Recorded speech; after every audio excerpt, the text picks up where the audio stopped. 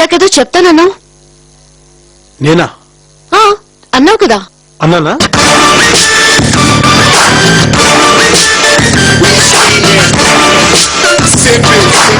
నీకు సంజయ్ నచ్చితే వెళ్ళి నువ్వు నాకు నచ్చావని చెప్పే.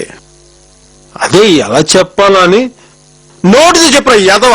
నీ చుర చుర చుర చూపులే పంచ సల సల సల ఉప్పిరే పంచ నర నరమున నెత్తురే పంచ అణు అణువున సత్తువే పంచ అటు పంచని వేగమే పంచ అదరించిన బంధుమే పంచ పెదవంచున మౌనమే పంచ పదునకు ఆలోచనే పంచ.